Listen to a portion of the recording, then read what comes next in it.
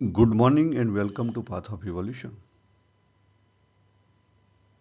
ભગવાને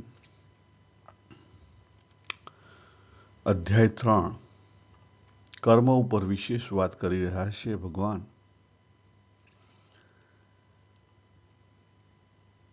આપણે જો યાદ હોય તો કર્મની શરૂઆત ભગવાને આગળથી કરી નાખી હતી. બીજા અધ્યાયના 38મા શ્લોકમાં ભગવાને વાત કરેલી કે તું કર્મ એવી રીતે કર. એક વસ્તુ યાદ રાખ, તું કર્મ ગમે તે કરીશ પણ જય થશે કે પરાજય થશે, લાભ થશે કે હાનિ થશે, સુખ આવશે કે દુઃખ આવશે, પણ એ બંનેમાં સમત્વ રાખીને જો તું કર્મ કરીશ તો તને પાપ નહીં લાગે. પાપ નહીં લાગે એટલે કે કર્મનું બંધન નહીં થાય. કઈ જગ્યાએ વાત કરેલી? 38ના શ્લોકમાં. અને પછી સારનો સાર એવો બીજા અધ્યાયના 48મા શ્લોકમાં ભગવાને વાત કરી દીધી કે કર્મ એવી રીતે કર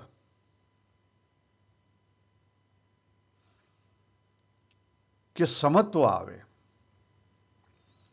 અને સમત્વ આવે એટલે કહેતા સમત્વ યોગ ઉચ્ચતે. સમત્વના યોગ કહી દીધો ભગવાને. જો સારનો સાર ભગવાને આગળ કહી દીધો છે આપણને.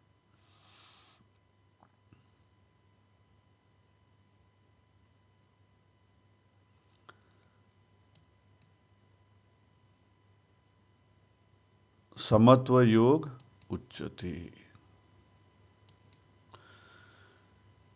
અને 47મા શ્લોકમાં બીજા અધ્યાયમાં ભગવાને આપણને આપણા અધિકારો પણ બતાવી દીધા કે કર્તવ્ય કર્મ કરવામાં તારો અધિકાર છે, ફળમાં તારો કોઈ અધિકાર નથી. અને ફળનો હેતુ પણ બનીશ નહીં, કારણ કે એમાં પણ તારો હેતુ નથી ખરેખર અધિકાર. અને કર્મ ન કરવાની પણ આસક્તિ ના રાખ. શું કીધું?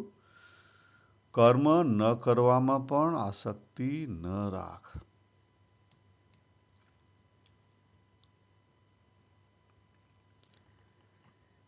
એ જ વસ્તુ ભગવાન અહીંયા 5મા શ્લોકથી ચાલુ કરે છે. 5મા શ્લોકમાં, ત્રીજા અધ્યાયના 5મા શ્લોકમાં ભગવાન શું કહે છે કે કર્મ તો થશે જ. જ્યાં સુધી જીવન છે ત્યાં સુધી પ્રકૃતિના ગુણો કર્મ કરશે જ. તું જ્ઞાનથી સમજે કે તું તારા અનુભવથી સમજે, જેમ સમજવું એમ સમજ, પણ તારે જીવન છે ત્યાં સુધી કર્મ કરવું પડશે. પછી ભગવાને 6થા શ્લોકની અંદર મિથ્યાચારની વાત કરી. શની વાત કરી? મિથ્યાચાર. કે કેટલાક લોકો, દંભિક લોકો શું કરે? દેખાડો કરે, ઇન્દ્રિયને રોકી લે, પણ મનનો રસ બુદ્ધિ નહીં જાય. મનની રસ બુદ્ધિની પણ ભગવાને આગળ વાત કરી લીધી. 58 ને 59મો શ્લોક બીજા અધ્યાયનો. ટૂંકમાં એન્ડ ઓફ ધ ડે આખી ભગવદ્ ગીતાની અંદર કર્મ અને રસ બુદ્ધિ આ બે વિશે જ વાત છે.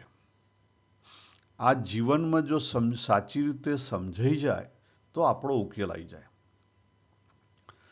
જીવનમાં સાચી રીતે સમજાઈ જાય તો આપણો ઉકેલ આવે, બાકી આપણો ઉકેલ આવે નહીં. અને એ આપણા અનુભવમાંથી જ આપણે સમજવાનું છે. હું બોલું છું ને તમે સમજી લો કે આજે ભગવદ્ ગીતાનું અહીંયા જે આ પુસ્તક છે ગીતા પ્રેસનું, એ હું વાંચું ને હું સમજી લઉં અને મારા વર્તનમાં આવે, કદાપી નહીં આવે. આપણી બુદ્ધિ એ પાર્ટ ઓફ કોન્શિયસ માઇન્ડ છે. કોન્શિયસ માઇન્ડ આપણું 10% જ ચાલી શકે છે. આપણા બોડીનો કે આપણા વ્યવહારનો જે કોઈ કંટ્રોલ છે એ સબકોન્શિયસ દ્વારા છે. મોટા ભાગનો કંટ્રોલ શાને દ્વારા છે? સબકોન્શિયસ દ્વારા. એટલે જ્યાં સુધી જીવ જાગ્રત ના થાય ત્યાં સુધી કોન્શિયસ ને સબકોન્શિયસ કંટ્રોલમાં ના આવે. અને જીવ ક્યારે જાગ્રત થાય કે જ્યારે જીવની આખો જીવ એકત્વમાં આવે અને એની શક્તિ જે રેલાતી બંધ થઈ જાય. આપણી ડોલમાં બધા 15-20 કાણા પડી ગયેલા છે. આપણી ડોલમાં આપણે પાણી તો ભરી લાવીએ છીએ, પણ શું છે, 20 કાણા પડેલા છે. એટલે કૂવામાંથી ડોલ બહાર નીકળે ત્યાં સુધીમાં પાણી જતું રહે.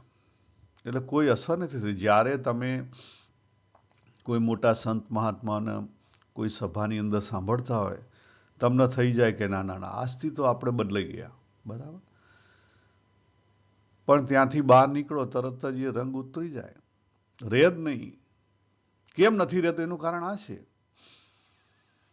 અમે પહેલા, હવે તો હું બહુ બહાર નથી જતો, પણ પહેલા હું નિયમિત રવિ સભામાં જતો. નિયમિત અનેક વર્ષો ગયો નિયમિત. તો અલગ અલગ વિષયો ઉપર રવિ સભામાં 1-8 કલાકનું બધું પ્રવચન હોય, એ પ્રમાણેના ભજનો હોય. અમુક વાર વૈરાગ્યનું હોય, તમને વૈરાગ્ય ચડી જાય. અને બાર કિચન આગળ આવીએ અને ફર્સ્ટ ક્લાસ આપણને ભાવતી ખીચડી હોય કે કઢી હોય કે કોઈ પણ પદાર્થ હોય, એની સ્મેલ આવે એટલે પેલું બધું જ જતું રહે. બહાર નીકળો ત્યાં બધા જ ભાઈબંધો કાં સમાજની વાત કરતા હોય, કાં જોબની વાત કરતા હોય. એ પેલો રંગ તો ક્યારનો ઉતરી ગયો. ત્યાં ઉતરી ગયો. જેવા ખુરશીમાંથી ઊભા થયા ને અથવા નીચેથી ઊભા થયા ને તરત જ ઉતરી જાય. કેમ આવું છે? એનું કારણ આ છે, કારણ કે આપણું સબકોન્શિયસ આપણને કંટ્રોલ કરી રહ્યું છે, જેની ઉપર આપણો કંટ્રોલ જ નથી. તો તમે કહેશો કે અમે તો એવું કે બહાર જઈને ખોટું કરતા નથી. યસ, એટલો જ આપણો કોન્શિયસનો કંટ્રોલ છે. એટલા માટે તો આપણને ભગવાને મિથ્યાચારી કહ્યા ને. તમે હું બધા, હા, ઘણા બધા અર્થમાં આપણે પણ ઘણા બધા અર્થમાં મિથ્યાચારી છીએ. ચેક કરો. ભગવાને પછી વાત કરી અનાસક્તિ. અનાસક્તિ ઉપર આપણે ગઈકાલે સમજ્યા હતા. અનાસક્તિ એટલે માત્ર નિષ્કામ ભાવ નહીં.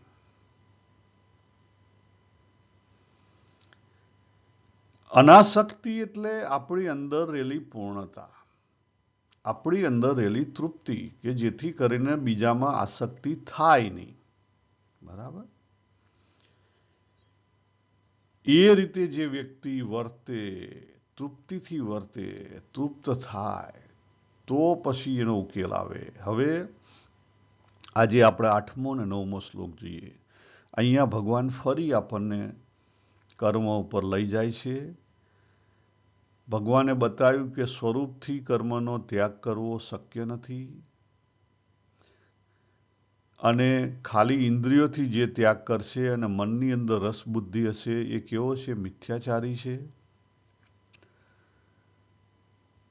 મનની અંદર ત્યાગ હોય એ સાચો નિષ્કામ ભાવ કહેવાય. અને હવે 8મા શ્લોકની અંદર ભગવાન કહે છે કે તું શાસ્ત્ર વિધિએ નિયત કરેલા કર્તવ્ય કર્મ કર. કેમ કે કર્મ ન કરવા કરતા કર્મ કરવું શ્રેષ્ઠ છે. તથા અકર્મ, ખ્યાલ આવ્યો? કર્મ ન કરવાથી તારો શરીર નિર્વાહ પણ નહીં થાય, તારું શરીર પણ નહીં ચાલે. એટલે ભગવાને શું વાત કરી? કારણ સાથે બે વસ્તુની વાત કરી. પહેલી વસ્તુ કે તું કર્તવ્ય કર્મ કર, નિયત કરેલા, નિયત કર્મ. અહીંયા શબ્દ નિયતમ લખેલું છે, નિયતમ કર્મ. બીજી વસ્તુ કેમ કે એનું કારણ આપ્યું ભગવાને, કે કર્મ કર્યા વગર તો રહેવાશે નહીં, ને કર્મ કરતા અકર્મ કરતા કર્મ કરવું શ્રેષ્ઠ છે. ભગવાને અહીંયા કારણ બતાવ્યું. અકર્મ કરતા કર્મ શ્રેષ્ઠ છે. કેમ? કારણ કે અકર્મથી તો રહેવાશે નહીં તો જીવન નહીં ચાલે. રાઈટ? જીવન ચલાવવા માટે કર્મ કરવું પડશે. એટલા માટે અકર્મ કરતા કર્મ કર. પણ કયું કર્મ કર? તો શાસ્ત્રએ નક્કી કરેલા જે કંઈ નિયત કર્મ, શાસ્ત્ર વસ્તુ આપણે પાછળથી ઘાલેલી છે, અહીંયા નિયતમ લખેલું છે, નિયત કરેલા. બીજા શબ્દોમાં કહીએ તો કર્તવ્ય કર્મ. કર્તવ્ય કર્મ એટલે કયા કર્મ એ આપણે જોઈએ. એ પહેલા 9મો શ્લોક પણ આપણે સાથે લઈ લઈએ. ભગવાન શું કહે છે કે કર્મ તો કરવું જ પડશે, અને કર્મના કારણે બંધન છે. કર્મના કારણે બંધન છે.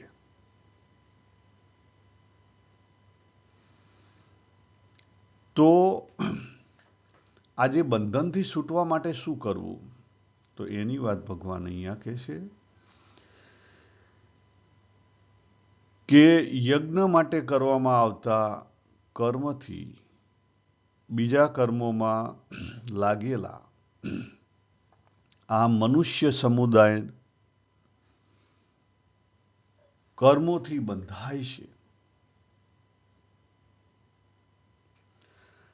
યજ્ઞ માટે કરવામાં આવતા કર્મોથી બીજા કર્મોમાં આ મનુષ્ય સમુદાય કર્મથી બંધાય છે. માટે આસક્તિ વિનાનો થઈને યજ્ઞ રૂપ કર્તવ્ય કર્મ કર. જો કર્તવ્ય કર્મ સિવાય બીજા કર્મ કરીશ તો તને એનું બંધન થશે. એનો સામાન્ય ભાષાંતર આ થાય. કર્તવ્ય કર્મ સિવાયના બીજા કર્મ કરીશ તો તને બંધન થશે. ભગવાને ચોખ્ખી સ્ટેટમેન્ટ આપ્યું છે. પણ મારા મત પ્રમાણે આજ સુધી મેં ઘણી બધી ભગવદ્ ગીતાની કોમેન્ટ્રીઓ વાંચી, કોઈ સાચા અર્થમાં આનું ભાષાંતર નથી કર્યું. દરેકે પોતાના રસ રૂચિના અંગ મુજબ આના ભાષાંતર કરેલા છે. તમે તમારા અનુભવ પ્રમાણે કામ કરો. હું અહીંયા મારા અનુભવમાંથી મારી સમજણ નીકળી છે એની મુજબ આ 2 શ્લોકનો તમને અર્થ સમજાવું. આપણે આ સ્લાઇડ બહુ જોઈ છે, બહુ ઉપયોગ કરી. આપણે પોતે નક્કી કરવાનું કે હું ક્યાં ઉભેલો છું, મિથ્યાચારી બન્યા વગર જાતે.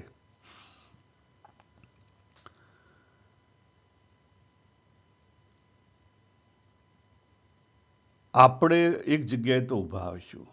બીજી વસ્તુ, જ્યાં હોઈએ ત્યાં, દાખલા તરીકે હું મારી વાત કરું તો હું મારા મા બાપનો પુત્ર છું. મારી અંદર પુત્ર પ્રેમ રહેલો છે, મા બાપનો પ્રેમ રહેલો છે, ખ્યાલ? અને એટલા માટે હું દર 2-4 વર્ષે ઇન્ડિયા જઉં છું. રોજ મારા મધરને ફોન પણ કરું છું, ખ્યાલ? એ મારી અતૃપ્ત વાસના છે.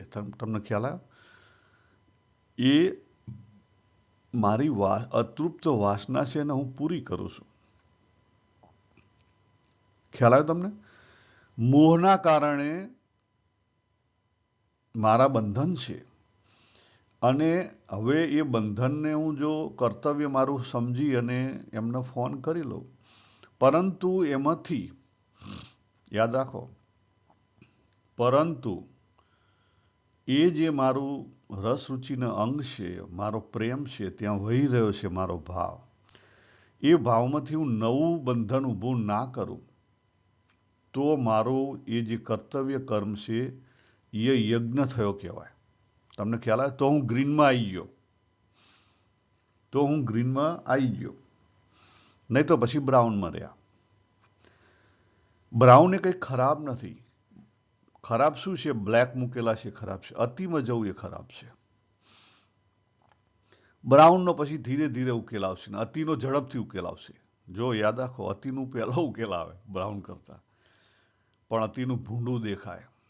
અને ભૂંડું શરૂઆતમાં થાય. ભૂંડું સહન કરવાની તાકાત જોઈએ. કર્મ આપણી અંદરેલી જે એનર્જી છે બહાર નીકળે છે, એનર્જી સર્ક્યુલર હોય. એનર્જી સર્ક્યુલર હોય. એટલે તમે જે ભગવાને 15મા અધ્યાયમાં વાત કરી, ઉર્ધ્વ મૂળ અધ શાખા, બરાબર? પેલું ઊંધું પીપળનું વૃક્ષ બતાવ્યું ભગવાને. એટલે જે બ્લેક વાળા છે ને, બંને બ્લેક વાળા, એ નીચે જઈ રહ્યા છે. ક્યાં જઈ રહ્યા છે? નીચે, અતિમાં જઈ રહ્યા છે. અને બ્રાઉન વાળા છે એ ડાળખીઓમાં છે. ક્યાં છે? ડાળખીઓમાં. અને ગ્રીન વાળો છે ક્યાં આવી ગયો છે? છેક મૂળ આગળ આવી ગયો છે. ક્યાં આવી ગયો છે? મૂળ આગળ. ભગવાન કૃષ્ણએ શું કીધું? કે એ જે ડાળખી અને પાંદડા છે ને, એ તો વધ્યા કરવાના. તું એની ચિંતા નહીં કર. તું એની ચિંતા નહીં કર. એ બહુ મોટો માર્ગ છે. એ માર્ગે થઈને તાર જો પાછું આવવું હોય તો બહુ મોટો માર્ગ છે. એના કરતાં તું જ્યાં ઊભો છે ને ત્યાંથી પાછો વળી જા. જ્યાં ઊભો છે ત્યાંથી પાછો વળી જાવ. ત્યાંથી પાછું પણ વળી ના શકાય. ત્યાંથી ડાયરેક્ટલી એના રસ્તે પાછું વળી ના શકાય એનર્જીમાં. પણ ત્યાંથી સર્ક્યુલર થઈ જાય. ત્યાંથી સર્ક્યુલર થઈ જવાય. આ વસ્તુ પોઈન્ટ સમજાતો નથી. એનર્જીથી તમે સમજો, પ્રકૃતિથી તો સર્ક્યુલર થઈ જાય. જ્યાં ઊભો છે ત્યાંથી વળી ગયા. આપણે લોલક ખરું, ઘડિયાળનું લોલક સમજી લો. આપણે 9 આગળ આવ્યા છીએ. હવે 9થી આગળ વધો તોય પછી 9થી આગળ વધીને આખું સર્કલ પૂરું કરવું પડે. પણ 9થી સીધા 6 ઉપર જવાનું હોય તમારું, તો 9થી સીધા આખું નાનું સર્કલ કરી 6 ઉપર જતા રહો. વચ્ચે 10, 11, 12, 13, 14, 15 ઉપર જવાની જરૂર નથી. તમને જેટલો અનુભવ થયો એટલો બહુ છે. યાદ રાખો, આખી ભગવદ્ ગીતાની અંદર ભગવાને 2 વસ્તુની ના પાડી છે. 2 વસ્તુની ના પાડી છે. એક દ્વેષ, અને બીજી વસ્તુ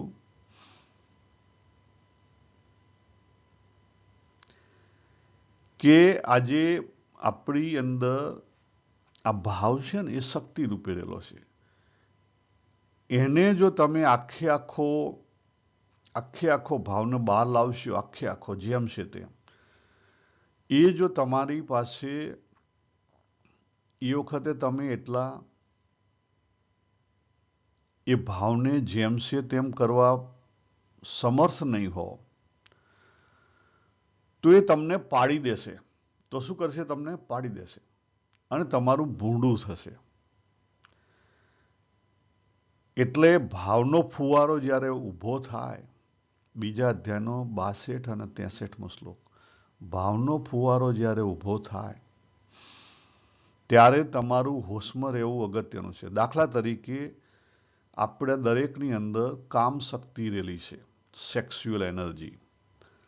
આપણે આપણા સેક્સ્યુઅલ એનર્જીના કારણે આપણને ઘણા બધા એટ્રેક્શનો થાય છે. બહાર જઈએ તો એટ્રેક્શન આવે. ઘણીવાર શરૂઆતમાં આવે. તમે યંગ હોય અને શરૂઆતમાં તમને કોઈ એટ્રેક્શન આવે, શું કરો? એ વખતે જો તમે કેપેબલ હો તો તમે કંટ્રોલ કરી શકો. તમે 2-3 વસ્તુ કરી શકો. પહેલી વસ્તુ આ બ્રાઉન માણસની માફક. કેવું? બ્રાઉન માણસ. પહેલો બ્રાઉન જે એલ્ફોલ્ડ એ તરફનો છે, એની નજીક વાળો, એ બ્રાઉન માણસ. અંદરથી વિચાર હોય પણ એ ભયમાં હોય, એટલે કોઈ સ્ટેપ ના લઈ શકે. બરાબર. બીજો માણસ એ જે ખેંચાઈ જાય. દાખલા તરીકે હવડા મારે એક ઇન્સિડન્ટ અહીંયા થઈ ગયા. એક ભાઈને 13 વર્ષની સજા થઈ. કેમ? કારણ કે એમણે એમની ટેક્સીમાં, જે ટેક્સીના પેસેન્જર હતા, એ દારૂ પીધેલી હાલતમાં હતા અને એમણે કંઈક હરકતો કરી તો પેલા ભાઈ કંટ્રોલમાં રહી ના શક્યા અને એમનો ફુવારો ઉડી ગયો. કારણ કે એ કંટ્રોલમાં નહોતા. સિમ્પલ વસ્તુ છે. એમાં કંઈ એ પોતે કેપેબલ નહોતા, એટલે એમનાથી ભૂલ થઈ. અને આવી ભૂલો આપણી થતી જ હોય છે દરેક જગ્યાએ. તમે તમારા મા બાપ, તમારા બાળકો પ્રત્યે ગુસ્સે નહીં કરતા? કરો છો. તમારા ફેમિલી બીજા માણસો પર ગુસ્સો નહીં કરતા? કરીએ છીએ. કેમ? આપણે કંટ્રોલમાં નથી રહી શકતા. એટલે એ થાય. હવે બીજો બ્રાઉન માણસ છે, એ પણ પેલા બ્રાઉન જેવો જ છે.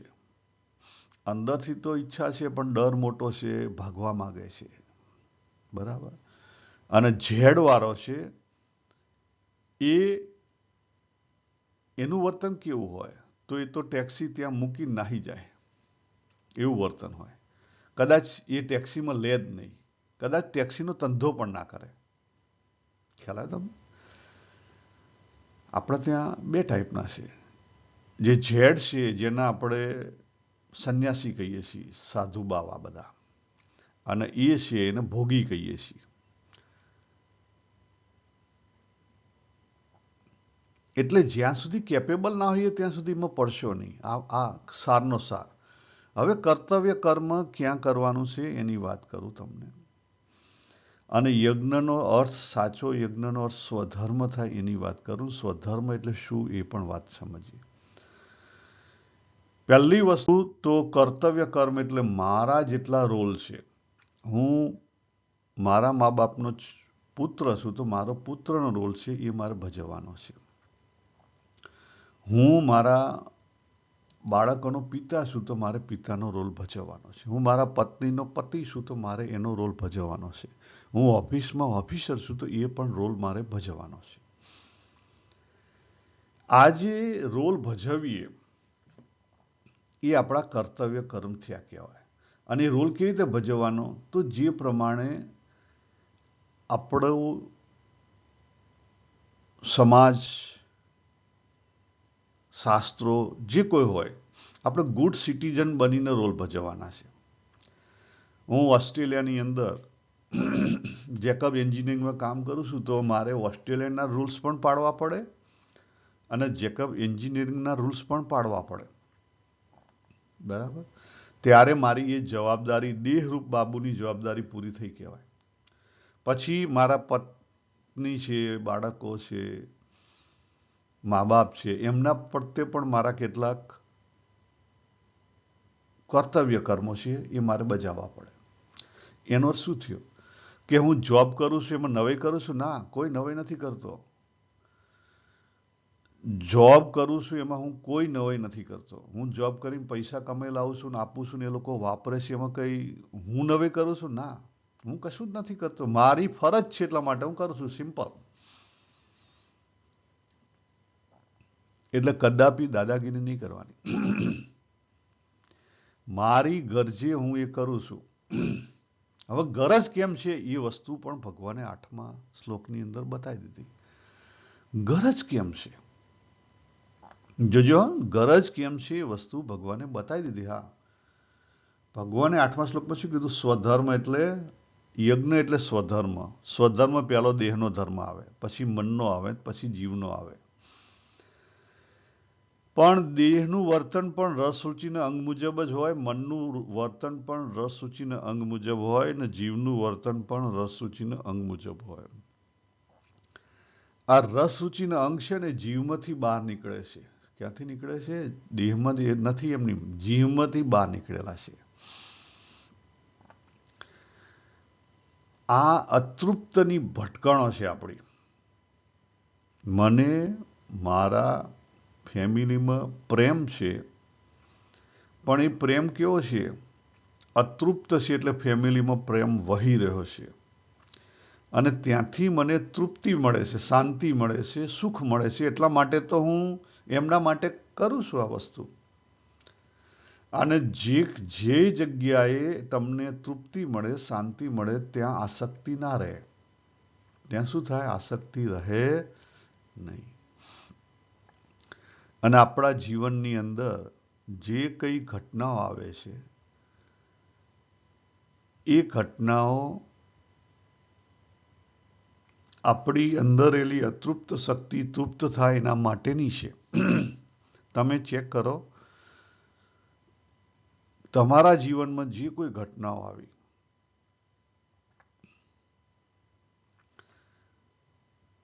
સિમ્પલ જુઓ તો હું મારા સપોઝ પત્ની છે, એમને મળવાનું થયું, પછી એકબીજાને એક્સેપ્ટ કર્યા. બરાબર. એટલે શું થયું? પ્રેમ આગળ વધ્યો. બરાબર. ભલે એ પ્રેમમાં મોહ છે, મોહરૂપી પ્રેમ છે, પણ એ આગળ વધ્યો. બરાબર. પછી ધીરે ધીરે ધીરે ધીરે તમને એકબીજાની અંદર પૂરેપૂરો શું કહેવાય વિશ્વાસ મૂકી શકો અને ધીમે ધીમે ધીમે તમે આગળ વધો તો તમારી અંદરેલી અતૃપ્ત શક્તિ છે, અંદરેલો રસ રુચિનો અંગ છે, એ તૃપ્તિ તરફ આગળ વધે. પણ એમાંથી તૃપ્તિ જો સજાગપણે તમે એ ઓપોર્ચ્યુનિટીનો ઉપયોગ કરો ને તો એમાંથી તૃપ્તિ મળે. 3 વસ્તુ. પહેલી વસ્તુ, દરેક ક્રિયાઓ, દરેક પરિસ્થિતિ આવે દરરોજ, એની અંદર તમારો રસ રુચિના અંગ મુજબ એ કાર્ય કરો, હોશમાં રહીને કાર્ય કરો. પહેલું, રસ રુચિના અંગ મુજબ કાર્ય કરો. બીજું, હોશમાં રહીને કાર્ય કરો. તો અતૃપ્તિ છે એ તૃપ્તિમાં ફેરવાઈ જશે. હોશમાં રહીને કાર્ય કરશો તો અતૃપ્તિ તૃપ્તિમાં ફેરવાઈ જશે. જો અહીંયા ઓપોર્ચ્યુનિટી 1, 2, 3 લખેલી છે, પણ એવી અસંખ્ય ઓપોર્ચ્યુનિટી પ્રકૃતિ આપણને આપે છે. તમે ઓફિસે ગયા કે તમે રવિ સભામાં ગયા, ગમે તે ગયા, તમે કોઈના લગ્ન પ્રસંગમાં ગયા, કોઈ જગ્યાએ જે વસ્તુ, જે કોઈ પ્રસંગો આવે છે, જે બધી વસ્તુ નિયત કરેલી વસ્તુ આવે છે, એમાં તમારે તમારો રોલ ભજવવાનો છે. વધારાનો ઉસીનો લેવાનો નથી.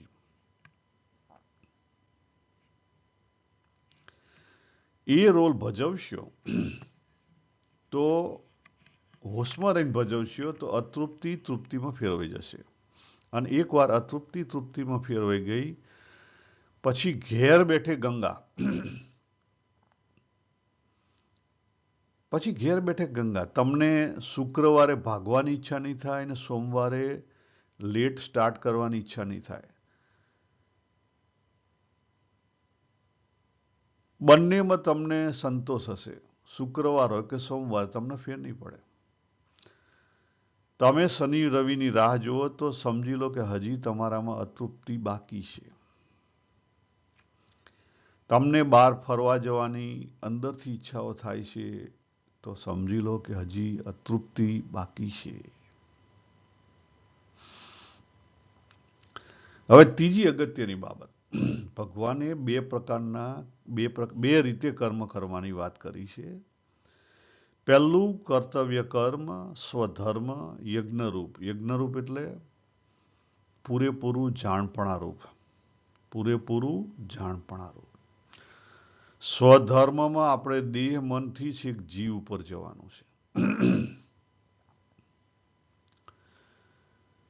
અને એ જગ્યાએ તમે જો તમારું પરફોર્મન્સ નહીં આપો, ત્યાં તમે તમારું પરફોર્મન્સ નહીં આપો તો જો છેલ્લો એરો છે નો ઓપોર્ચ્યુનિટી, ત્યાં પછી પ્રકૃતિ છે ને કરાવી લેશે.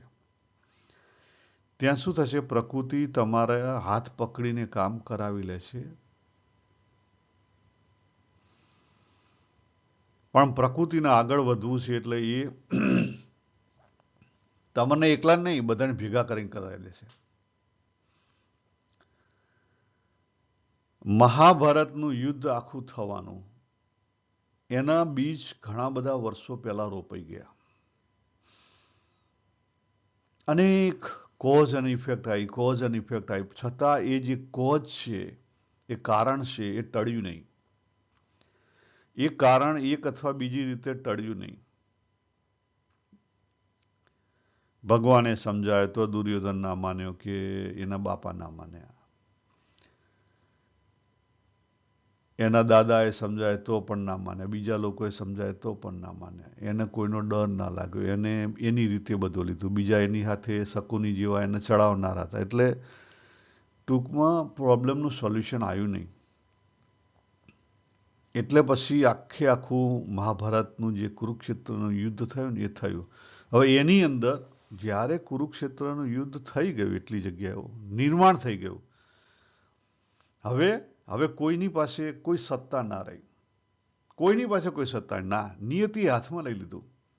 એટલે તો ભગવાને 11મા અધ્યાયમાં બતાવ્યું ને અર્જુનને કે જો તારા માર્યા વગર આ બધા મરેલા છે, તું શું સમજે છે?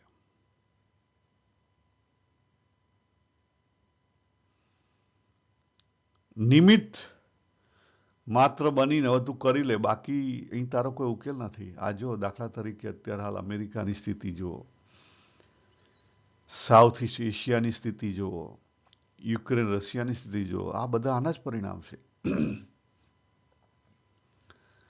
જે ગણો એ અમેરિકા પાસે, યુક્રેન પાસે, યુરોપ પાસે, રશિયા પાસે, ઇઝરાયલ પાસે બધી જ ઓપોર્ચ્યુનિટી પહેલા મળી હતી, પણ એ લોકોએ ઓપોર્ચ્યુનિટીનો સદુપયોગ ના કર્યો. ઓપોર્ચ્યુનિટીનો સદુપયોગ નહીં કરો તો આવું થશે.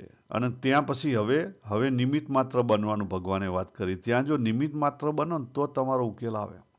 એનો અર્થ શું થયો? દાખલા તરીકે આપણે યુક્રેનમાં હોઈએ,